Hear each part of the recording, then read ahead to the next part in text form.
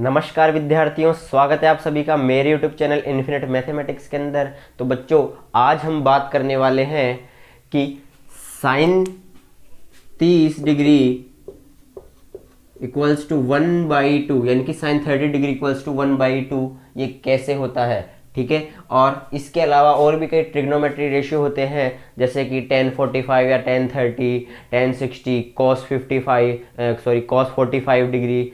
ये सब इनकी वैल्यूज़ जो हमने टेबल पढ़ी थी, ट्रिग्नोमेट्री टेबल, उसमें जो हमने वैल्यूज़ पढ़ी थी वो कहाँ से आती है, ठीक है ना। जैसे साइन 60 डिग्री की वैल्यू होती है साइन 60 डिग्री की √3/2। तो ये सब वैल्यू कहाँ से आती है, कहाँ से, और इनकी जो ये वैल्यू है ये क्यों साइन 30 डिग्री की वैल्यू 1/2 ही क्यों होती है, आज हम इस पर चर्चा करने वाले हैं। तो आप वीडियो में पूरे एंड तक बने रहिएगा, आपको आज सारे कंसेप्ट आपके आज क्लियर होने वाले हैं। तो बच्चों, हम सबसे पहले जिन वैल्यूज़ की बात करते हैं, जिन एंगल्स की बात करते हैं वो है 0 डिग्री, ठीक है, फिर 30 डिग्री, फिर 45 डिग्री, फिर 60 डिग्री और फिर लास्ट में 90 डिग्री, ठीक है। 0 डिग्री, 30 डिग्री, 45 डिग्री, 60 डिग्री और 90 डिग्री, ठीक है। इनकी सबसे पहले हम बात करते हैं 0 की, और क्योंकि 0 डिग्री से ही 90 डिग्री 90 डिग्री का क्या हो जाएगा, कंसेप्ट क्लियर हो जाएगा। तो सबसे पहले हम बात करते हैं 0 डिग्री और 90 डिग्री की। अब यहाँ ध्यान देने वाली बात है, मैं सबसे पहले आप बनाता हूँ यहाँ पे एक समकोण त्रिभुज इस तरह से, ठीक है। इसको मान लेते ABC। यहाँ एंगल B क्या है, 90 डिग्री, ठीक है ना। यहाँ पे कोण B कैसा है, समकोण, ठीक है। अब हमें 0 डिग्री की सारी वैल्यूज फाइंड करनी है, यानी कि साइन 0 डिग्री की वैल्यू क्या होती है, कॉस 0 डिग्री की वैल्यू क्या होती है, टेन 0 डिग्री की वैल्यू क्या होती है, और भी सारी जो 0 डिग्री की वैल्यू होती थी वो क्या होती है, ठीक है। तो जहाँ पर हमें, क्योंकि एंगल 0 डिग्री चाहिए, तो हमें यहाँ पे एक एंगल तो 0 डिग्री बनाना पड़ेगा ना, एक एंगल 0 डिग्री बनाना पड़ेगा। तो चलिए हम इस कोण C को 0 डिग्री बनाते हैं, ठीक है। इस कोण को क्या करते हैं, 0 डिग्री के करीब लाने की कोशिश करते हैं। इसके लिए हमें क्या करना पड़ेगा, ये जो एंगल, जो एक कोण C है ना, इसको हमें छोटा करना होगा, क्योंकि इसकी कुछ ना कुछ अभी वैल्यू है जो कि 0 डिग्री नहीं है। हमें इसकी वैल्यू एकदम कम करके इसे जो है 0 के एकदम, हम इसको क्या ले आएंगे, समीप ले आएंगे, ठीक है ना। यहाँ पे हम तो इसको कम करते हैं थोड़ा,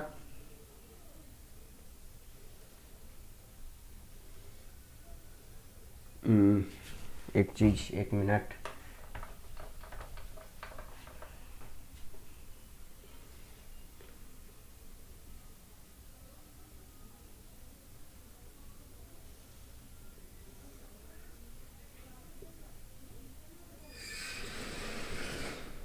इस तरह से, ठीक है। ये A है, ये B है, ये C है। इसको A नाम ना देके यहाँ A नाम दे लेंगे, ठीक है, इस तरह से। अब दूसरी स्थिति क्या हो जाएगी,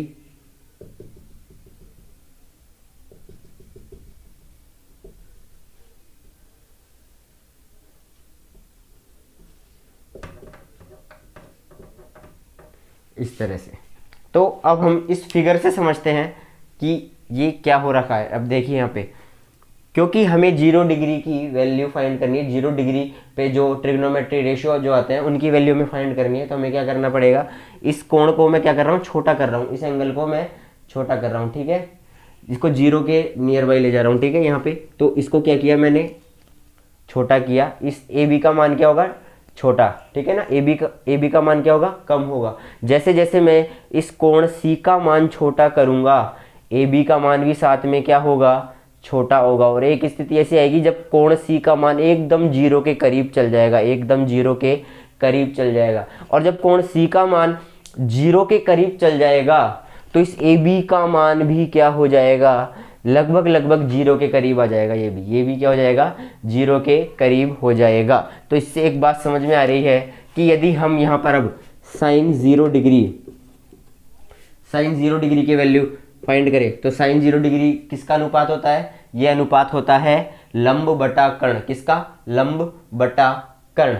तो लंब का है यहाँ पे, बताइए लंब, क्योंकि हम 0 डिग्री तो ये एंगल है और इसके सामने वाला लंब होता है, लेकिन इसके सामने वाला तो कैसा है, AB की वैल्यू कैसी है बताओ, एकदम जीरो के करीब है, लगभग लगभग जीरो के बराबर है यहाँ पे, ठीक है। तो हम बात करते हैं लंब। लंब क्या है, ए बी, ए बी बटा और कर्ण, ठीक है ना। ये हो गया ए बी बटा और ये कितनी है, ए सी, ए सी, ए सी कर्ण, ठीक है।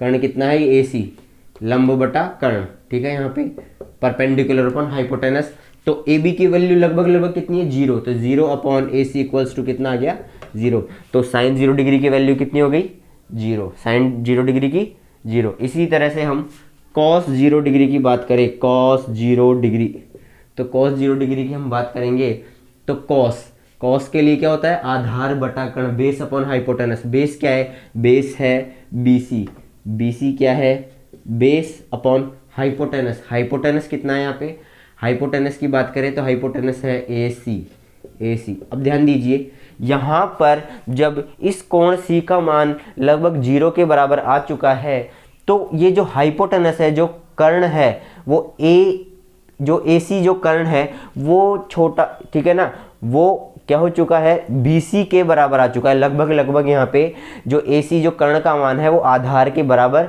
हो चुका है। यानी कि हम कह सकते हैं कि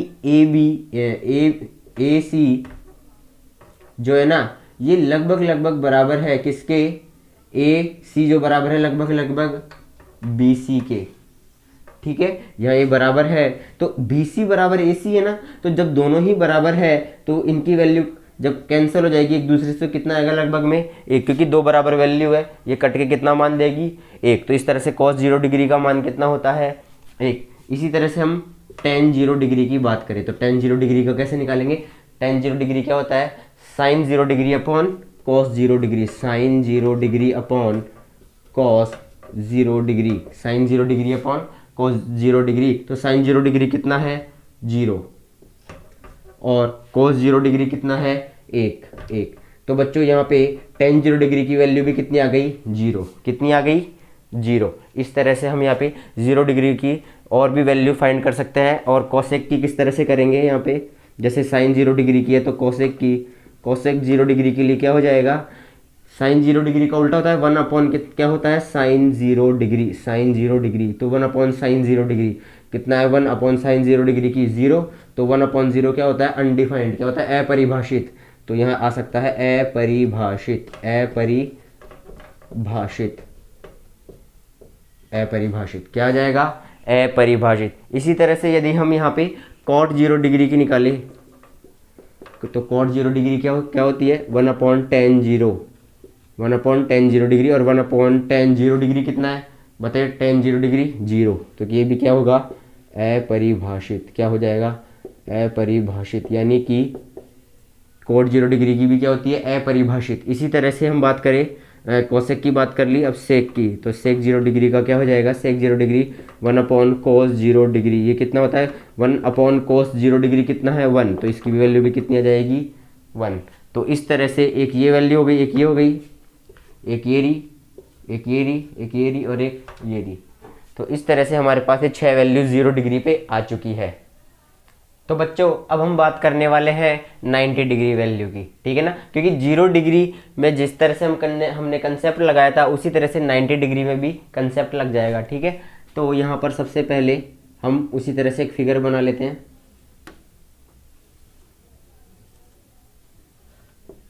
फिर से हम क्या बना रहे हैं, एक समकोण त्रिभुज जिसमें कोण B कितना है, समकोण है। और इस बार क्या करेंगे, कोण C को पिछली बार तो हमने 0 डिग्री किया था, कम कर दिया था 0 डिग्री के लिए, क्यों, क्योंकि हमको 0 डिग्री की वैल्यू फाइंड करनी थी, ठीक है ना, 0 डिग्री का मान ज्ञात करना था। अब हमें 90 डिग्री का मान ज्ञात करना है। तो अब हमें जो कोण C है इसे हम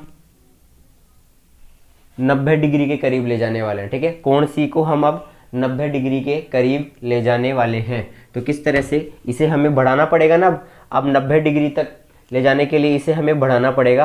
तो इस बार किस तरह से बनेगा ये,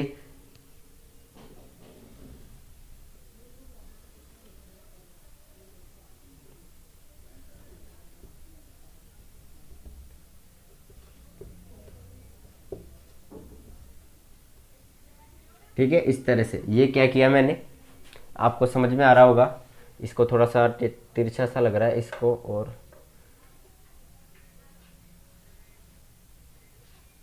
इस तरह से मान लो, ठीक है, ये इस तरह से। इसके बाद एक और बनाते हैं,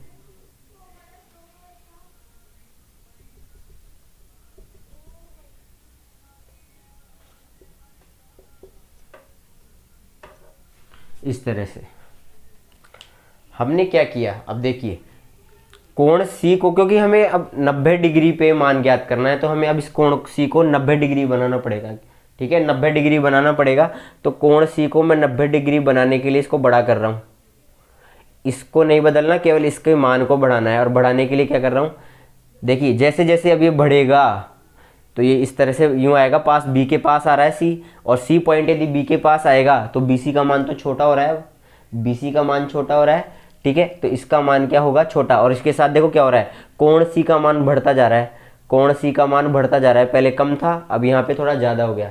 तो एक समय ऐसा आएगा, एक टाइम ऐसा आएगा कि जब कोण सी का मान लगभग लगभग जितना बी का मान है, कोण बी का मान कितना है 90 डिग्री, कोण सी का मान भी बी के करीब आ जाएगा, ठीक है ना, यानी 90 डिग्री के इस तरह से देखो करीब आ चुका है यहाँ पे एकदम इसके कोण सी का मान भी हम कह सकते हैं कोण बी के नज़दीक आ चुका है, यानी कि 90 डिग्री के नज़दीक आ चुका है। लेकिन यहाँ अब क्या हो चुका है, बी सी घटते घटते डिक्रीज हो चुकी है, और बी सी का मान अब यहाँ पे लगभग 0 हो चुका है, और ए बी के बराबर क्या हो चुकी है इस बार, देखिए ये ए सी जो कर्ण था, कर्ण यहाँ पे इस तरह से पास आता जा रहा है, और कर्ण जो ए सी का मान है वो ए बी के करीब हो चुका है, ए सी का जो कर्ण का मान है वो लगभग लगभग ए बी के बराबर आ चुका है, क्योंकि दोनों कर्ण और लंब जो है ये नज़दीक आ चुके हैं, ठीक है। अब यदि हमें 90 डिग्री का मान ज्ञात करना है सभी का, तो सबसे पहले हम बात कर लेते हैं साइन 90 डिग्री, यहाँ पे बात कर लेते हैं साइन 90 डिग्री की वैल्यू कितनी होती है, साइन 90 डिग्री की वैल्यू।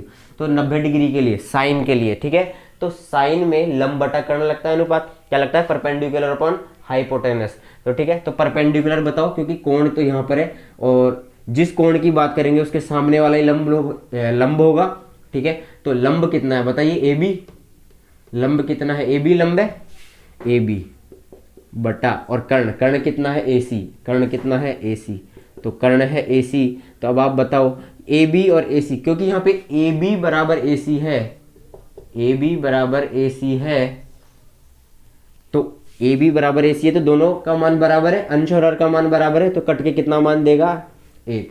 कितना मान देगा, साइन 90 डिग्री की वैल्यू कितनी आ गई, 1, ठीक है। अब बात करते हैं इसी तरह से cos 0 डिग्री, cos 0 डिग्री, तो cos 0 डिग्री की अब बात करते हैं यहाँ पे। तो cos 0 डिग्री के लिए क्या होता है, आधार बटा कर्ण, बेस अपॉन हाइपोटेनस। तो बेस कितना है इसका बताइए, यहाँ पे इसका बेस है BC, और BC कितना हो चुका है, BC घट के 0 हो चुका है, तो BC अपॉन हम लिखेंगे हाइपोटेनस कितना, AC। अब BC का मान 0 हो चुका है ऊपर, और AC का कुछ ना कुछ मान है, तो इस कितना मान आएगा, 0। cos 0 डिग्री, सॉरी यहाँ पे 0 डिग्री नहीं, यहाँ पे 90 डिग्री, यहाँ पे 90 डिग्री आएगा, ठीक है। cos 90 डिग्री बराबर कितना आ चुका है, 0। इसी तरह से tan 90 डिग्री की बात करते हैं। अब tan 90 डिग्री क्या होता है, tan का मान क्या होता है, sine 90 degree, sine theta upon cos theta होता है tan थीटा बराबर, तो साइन 90 डिग्री बटा cos 90 डिग्री। अब साइन 90 डिग्री कितना है, 1 बटा cos 90 डिग्री कितना है, 0 के, तो यहाँ पे 1 बटा 0 क्या होता है, अपरिभाषित, अपरिभाषित, ये कितना आ चुका है, अपरिभाषित, ठीक है। इसी तरह से हमने साइन 90 डिग्री, cos 90 डिग्री और tan 90 डिग्री ज्ञात किया। अब हम ज्ञात कर सकते हैं cosec 90 डिग्री, cosec 90 डिग्री। तो cosec 90 डिग्री क्या होता है, cosec 90 डिग्री होता है 1 बटा साइन 90 डिग्री, 1 बटा साइन 90 डिग्री, और 1 बटा साइन 90 डिग्री का मान कितना होता है, 1 बटा, तो 1 बटा 1 बराबर कितना आ गया, 1। इसी तरह से सेक 90 डिग्री की बात करते हैं, तो सेक 90 डिग्री बराबर 1 बटा cos 90 डिग्री, cos 90 डिग्री, ठीक है ना। तो 1 बटा, और cos 90 कितना होता है, cos 90 का मान 0, तो ये कितना आ गया, अपरिभाषित, कितना आ गया, अपरिभाषित, ठीक है ना। इसी तरह से cot 90 डिग्री की वैल्यू, cot 90 डिग्री की वैल्यू कितनी हो जाएगी, 1 बटा tan 90 डिग्री, tan 90 डिग्री। अब मुझे बताओ tan 90 डिग्री की वैल्यू कितनी है, 1/0, कितनी है, 1/0, तो 1 तो है ऊपर, और इसकी खुद की वैल्यू कितनी है, 1/0, कितनी, 1/0। तो ये 1/0 है, क्योंकि पहले ही ऊपर एक भिन्न है, ठीक है, भिन्न में भी जब एक नीचे भिन्न हो तो नीचे वाली भिन्न, ठीक है, अंश में चली जाती है उल्टी होकर और गुणा में लग जाती है इस तरह से। तो 1/0 है, ये क्या हो जाएगा 0/1। तो 1 के ये पहले एक के क्या लग रही है, भाग में लग रही है ना 1/0। अब ये 1/0 एक के गुणा में हो जाएगी उल्टी होके, क्या हो जाएगी 0/1 बराबर। तो बताओ कितना मान आ गया, 0 से गुणा किया तो 0 ही। cot 90 डिग्री का मान कितना हो गया 0। आप चाहो तो ऐसे भी देख सकते हो, cot 90 डिग्री का मान क्या होता है, cot 90 डिग्री का मान होता है आधार बटा लंब। तो आधार कितना है यहाँ पे, आधार देखिए 0 है, 0 है ना, तो 0 बटा लंब करोगे तो भी तो मान 0 ही आएगा, ठीक है। इस तरह से हम यहाँ पे 90 डिग्री के भी सारे मान निकाल सकते हैं। तो बच्चों हमने 0 डिग्री और 90 डिग्री की हम बात कर चुके हैं, ठीक है, 0 डिग्री और 90 डिग्री की बात कर चुके हैं। अब हम बात करेंगे 45 डिग्री 45 डिग्री की, फिर हम बात करेंगे 30 डिग्री और 60 डिग्री की, ठीक है। तो सबसे पहले हम बात कर लेते हैं 45 डिग्री। देखिए 45 डिग्री, अब हमें एक ऐसा समकोण त्रिभुज चाहिए जिसमें न्यून कोणों का मान कितना हो 45 डिग्री। तो बनाते हैं,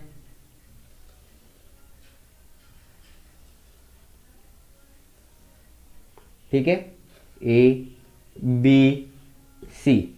और क्योंकि अब हमें 45 डिग्री पे त्रिकोणमितीय अनुपात ट्रिग्नोमेट्रिक रेशियो फाइंड करने हैं, हमें इनका मान ज्ञात करना है, तो हमें कोण सी का मान कितना चाहिए इस बार 45 डिग्री। कितना चाहिए 45। यहाँ पे कोण बी कितना है, समकोण है, कोण बी समकोण है, और सी कितना होना चाहिए इस बार 45 डिग्री। अब आप बताइए ये 90 डिग्री है, ये 45 डिग्री है, तो ये कोण कितना होगा, ये कोण कितना होगा,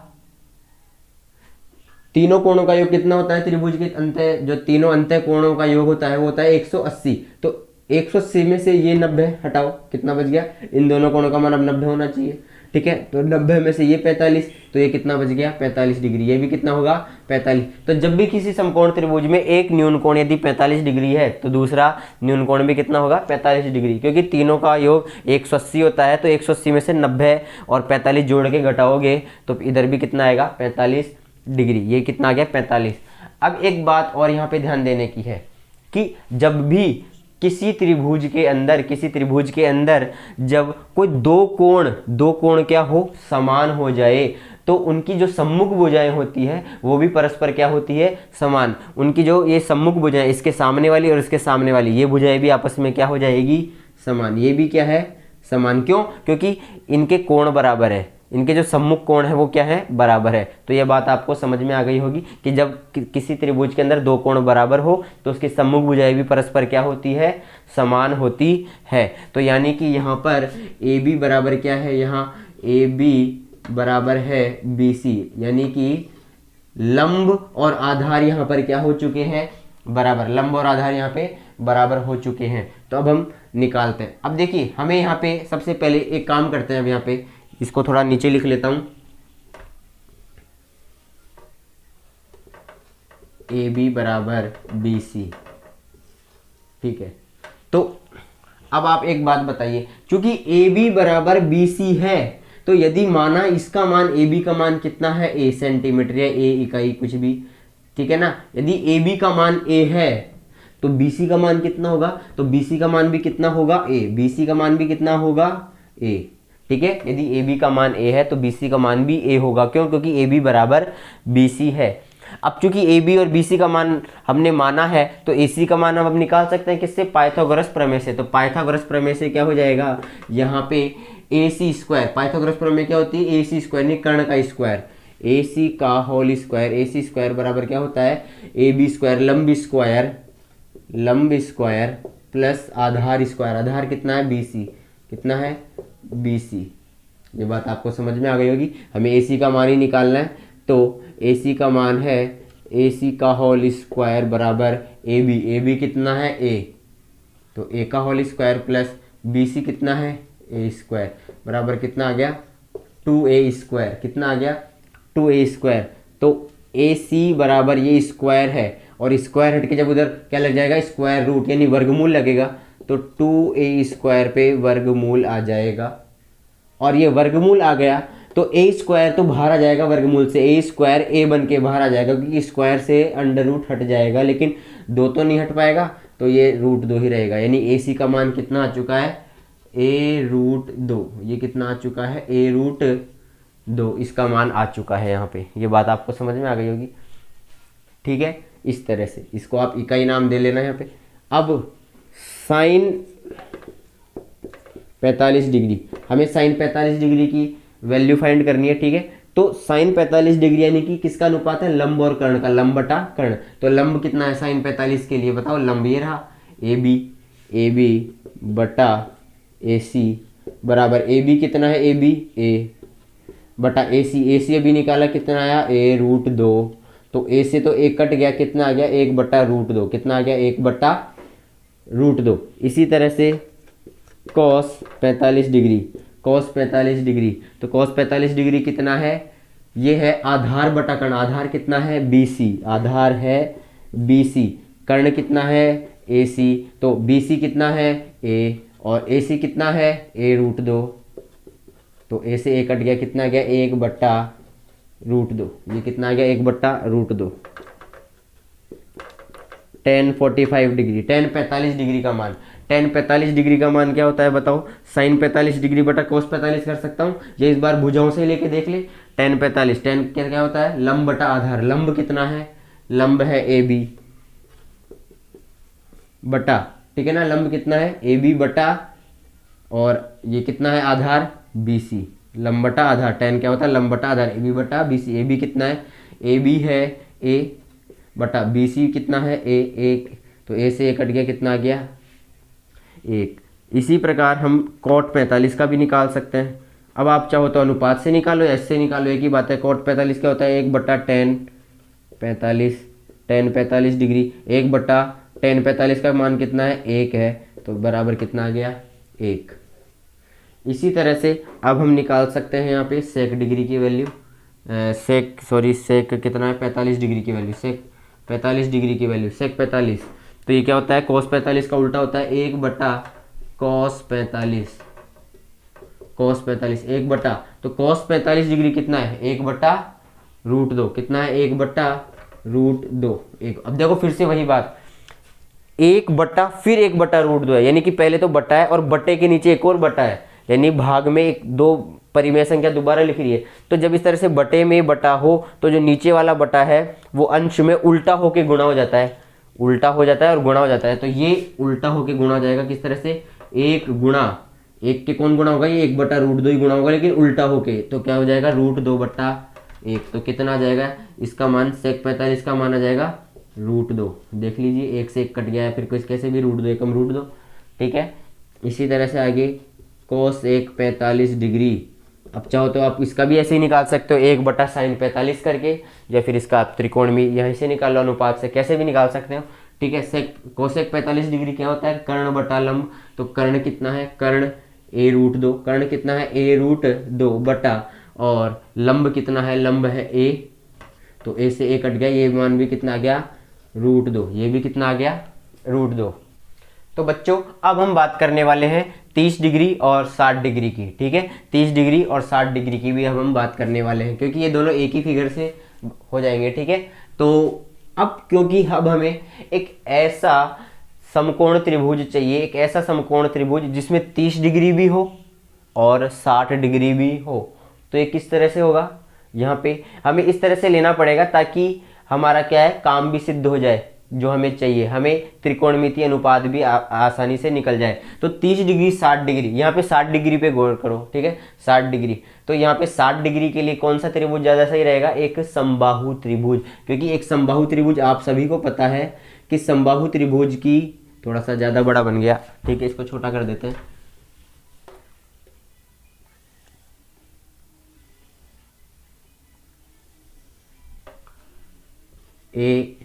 ABC, इस तरह से हम एक समबाहु त्रिभुज ले लेते हैं, ठीक है, ABC, और ABC ले लेंगे। आप सभी को पता है कि एक समबाहु त्रिभुज की एक तो तीनों भुजाएं बराबर होती है, और दूसरी चीज कि समबाहु त्रिभुज के सभी कोण यानी कि तीनों अंतः कोण क्या होते हैं, वो भी बराबर होते हैं, और कितने होते हैं, 60 डिग्री। ये सब कितने होते हैं, 60 डिग्री। ये भी 60 डिग्री है, वो भी 60 डिग्री है, ये भी 60 डिग्री है, ठीक है ना, इस तरह से। तो 60 डिग्री तो यहाँ मिल रहा है, लेकिन समकोण त्रिभुज भी होना चाहिए, क्योंकि त्रिकोणमितीय अनुपात तो समकोण त्रिभुज पर लागू होते हैं। तो इसलिए हमें क्या करना पड़ेगा, इसके शीर्ष से समबाहु त्रिभुज के जो सामने वाली शीर्ष ए के सामने वाली भुजा, इस पर क्या डालना होगा, एक लंब, ताकि एक समकोण त्रिभुज का क्या हो जाए, निर्माण हो जाए। तो समकोण त्रिभुज का इस तरह से हम निर्माण करेंगे।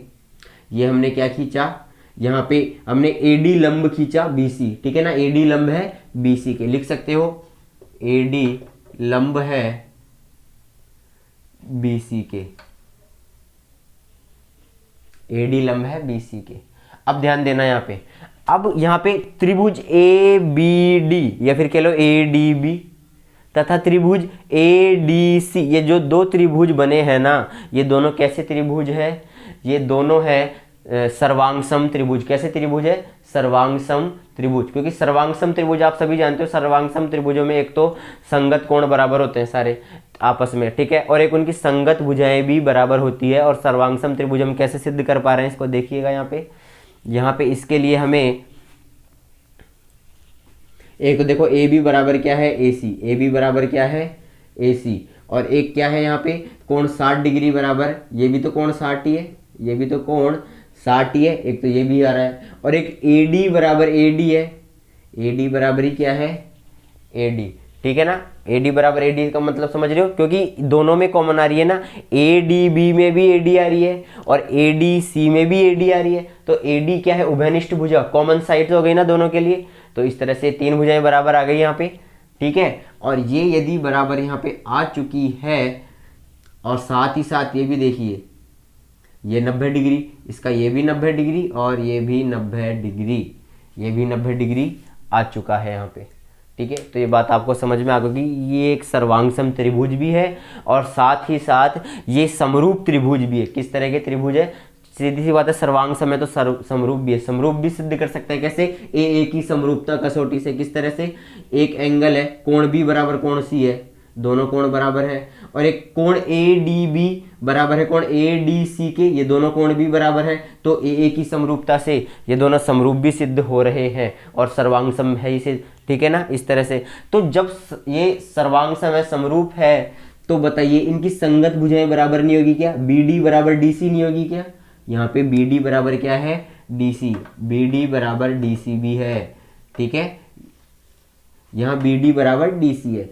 आप वैसे भी ध्यान रख सकते हो कि किसी समबाहु त्रिभुज ये इस तरह से एक सममित त्रिभुज होता है कि जब आप शीर्ष से सामने के वाली भुजा पे लंब डालोगे ना, तो ये माध्यिका का काम करेगा। यहाँ पे ये जो लंब है, शीर्ष लंब, ये माध्यिका का भी क्या करेगा, काम करेगा। तो इसलिए ये सामने वाली भुजा को दो बराबर भागों में बांट देगा, ठीक है। यहाँ पे तो बी डी बराबर डी सी है।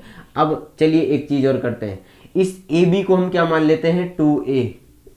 यदि मैं ए बी को 2a मानूं तो बताइए बाकी दो भुजाएं, ये भी तो 2a हो जाएगी, क्योंकि तीनों भुजाएं बराबर है समबाहु त्रिभुज की। तो समबाहु त्रिभुज की तीनों भुजाएं बराबर है, तो ये भी 2a, ये भी कितनी हो गई, ये भी हो गई 2a, क्योंकि d इनको बीच में बांट रहा है, यानी कि दो बराबर भागों में बांट रहा है। तो 2a दो बराबर भागों में बट के ये a और इधर ये a।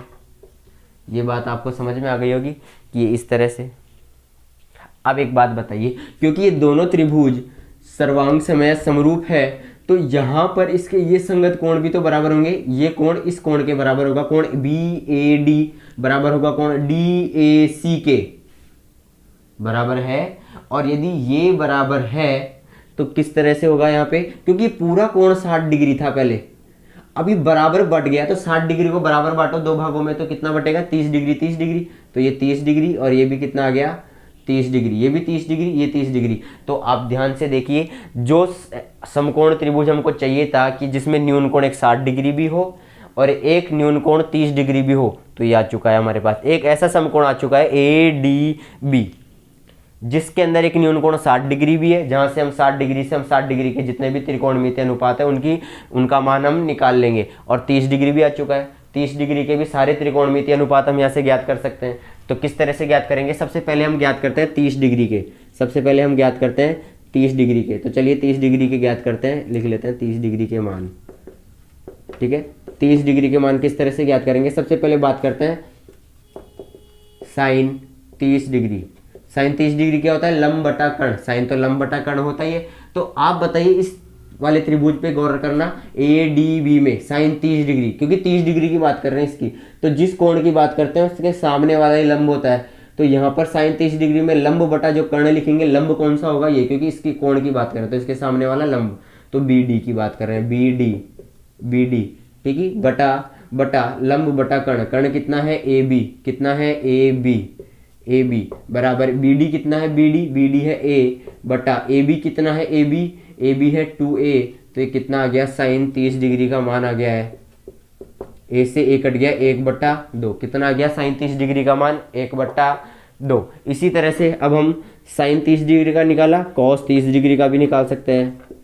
कॉस 30 डिग्री का कैसे निकालेंगे, आधार बटा कर्ण। अब बताइए 30 डिग्री के लिए ये आधार नहीं होगा, इसके सामने वाला तो लंब है, 30 डिग्री के लिए ये आधार है AD आधार। अच्छा AD नहीं निकाला अभी हमने, है ना, AD कैसे निकालेंगे, एक बार AD भी निकाल लेते हैं। चलिए AD की भी बात कर लेते हैं, ठीक है। AD कैसे निकालेंगे, देखिए यहाँ पे ये एक समकोण त्रिभुज है ADB, समकोण त्रिभुज है, तो समकोण त्रिभुज में आपको आधार दे रखा है, कर्ण भी आपको दे रखा है, तो ये हमें लंब चाहिए ना।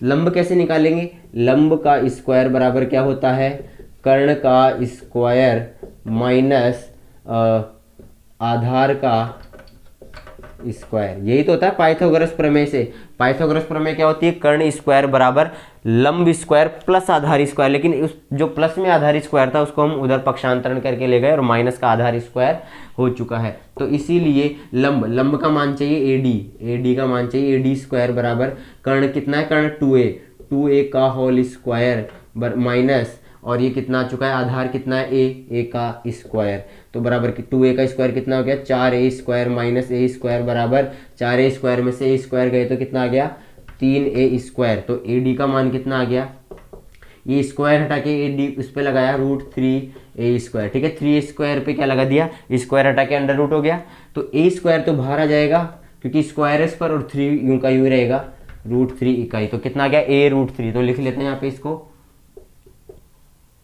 ये कितना है A√3, ये कितना आ गया A√3, AD का मान है A√3। चलो रखते हैं अब cos 30 डिग्री, इसके लिए हमें cos 30 डिग्री ज्ञात करना था, तो 30 डिग्री के सामने वाला तो लंब, और ये AD क्या हो जाएगा, AD हो जाएगा आधार बटा फिर से कर्ण कितना है 2A, यानी कि AB है, तो AD का मान है A√3 बटा AB का मान कितना है 2A, तो A से A कट गया, कितना आ गया √3/2, कितना आ गया √3/2। इसी तरह से tan 30 डिग्री का मान, tan 30 डिग्री के लिए कैसे निकालेंगे, लंब बटा आधार, तो tan 30 डिग्री के तो लंब तो यही है इसके सामने वाला BD क्या है, लंब है बटा आधार कितना है AD, तो BD कितना है A बटा AD कितना है A√3, तो A से A कट गया, कितना आ गया 1/√3, कितना आ गया 1/√3। अब इसी तरह से sine 30 degree, cos 30 degree, tan 30 degree का निकाला, अब हम निकाल सकते हैं cot 30 डिग्री का भी निकाल सकते हैं। cot 30 डिग्री क्या हो जाएगा, यहाँ पे आप देख सकते हैं जैसे ये लंब बटा आधार था वो क्या हो जाएगा, आधार बटा लंब, तो आधार बटा लंब का मतलब इसी का तो उल्टा हो जाएगा भाई, tan 30 डिग्री का उल्टा होता है, तो ये कितना हो जाएगा √3/1। इसी तरह से sec 30 डिग्री का कैसे निकालेंगे, sec 30 डिग्री किसका उल्टा होता है, cos 30 डिग्री का, तो cos 30 डिग्री कितना था √3/2, तो इसका उल्टा क्या हो जाएगा 2/√3। इसी तरह से cosec 30 डिग्री का कैसे निकालेंगे, किसका उल्टा होता है, sin 30 डिग्री का, sin 30 डिग्री का मान कितना था 1/2, ये कितना हो जाएगा 2/1, यानी कि केवल 2/1 का मतलब 2, ठीक है, तो ये 2 आ गया। इस तरह से हम यहाँ पे 30 डिग्री के मान भी निकाल सकते हैं। तो बच्चों अब हम निकालते हैं 60 डिग्री के मान, ठीक है, किसके 60 डिग्री के मान, और 60 डिग्री ये था, तो अब 60 डिग्री के मान कैसे निकालेंगे, सबसे पहले बात करेंगे साइन 60 डिग्री, तो साइन 60 डिग्री के लिए वही लंब बटा कर्ण, लंब कितना है, लंब पता ही 60 डिग्री के सामने वाला लंब होगा यानी AD क्या है लंब बटा कर्ण कितना है, कर्ण कितना है AB, तो AD कितना है, AD A√3 बटा AB कितना है 2A, कितना है 2A, तो साइन 60 डिग्री की वैल्यू कितनी आ गई, A से A कट गया √3/2, कितनी आ गई √3/2 आ गई। इसी तरह से अब हम cos 60 डिग्री की वैल्यू निकाल सकते हैं, cos 60 डिग्री का मान निकालो, cos 60 डिग्री क्या होता है, आधार बटा कर्ण, क्योंकि 60 डिग्री इधर है तो इसके सामने वाला लंब होगा, ये होगा आधार। तो बी डी कितना है, आधार, बी डी आधार है। और कर्ण कितना है, ए बी, कर्ण है ए बी। तो बी डी है ए और ए बी है 2a, तो a से a कट गया, कितना आ गया 1/2। तो साइन कॉस 60 डिग्री का मान कितना आ गया 1/2। इसी तरह से हम टेन 60 डिग्री की वैल्यू भी निकाल सकते हैं। टेन 60 डिग्री का मान क्या होता है, लंब बटा आधार। तो लंब कितना है 60 डिग्री के लिए, लंब AD लंब बटा आधार, आधार कितना है BD, आधार है BD। तो AD कितना है, AD है A√3 बटा ये A है, ठीक है। और BD में कितना है, BD है A, तो A से A कट गया, कितना आ गया √3, ठीक है। इसी तरह से अब हम किसका निकाल सकते हैं, cot 60 डिग्री का। अब वही इसका उल्टा कर दो, cot 60 डिग्री किसका उल्टा होता है, tan 60 डिग्री का। तो ये √3 है, यानी कि √3/1 है, तो cot 60 डिग्री इसका उल्टा हो जाएगा। √3/1 का उल्टा क्या, 1/√3। तो cot 60 डिग्री का मान कितना हो गया 1/√3। इसी तरह से sec 60 डिग्री का मान, sec 60 डिग्री क्या होता है, ये रहा sec, देखिए यहाँ पे, ठीक है ना। sec 60 डिग्री किसका उल्टा होता है, cos 60 डिग्री का। cos 60 डिग्री का मान कितना है 1/2, 1/2। तो 1/2 का उल्टा कर दो, sec 60 डिग्री का मान हो जाएगा, कितना हो जाएगा 2/1, यानी कि 2। इसी तरह से cosec 60 degree, cosec 60 degree, cosec 60 degree किसका उल्टा होगा, sin 60 डिग्री का। sin 60 डिग्री का मान कितना है √3/2। तो इसका उल्टा क्या हो जाएगा √3/2 का, 2/√3। इस तरह से हम आंसर निकाल सकते हैं। तो हमने सभी के मान निकाल लिए हैं। तो बच्चों, आशा करता हूं कि आपको आज का जो लेक्चर है ये पसंद आया होगा। और यदि आपको आज का ये वीडियो पसंद आया है तो आप इस वीडियो को लाइक कीजिए, शेयर कीजिए और मेरे चैनल को सब्सक्राइब कीजिए। धन्यवाद।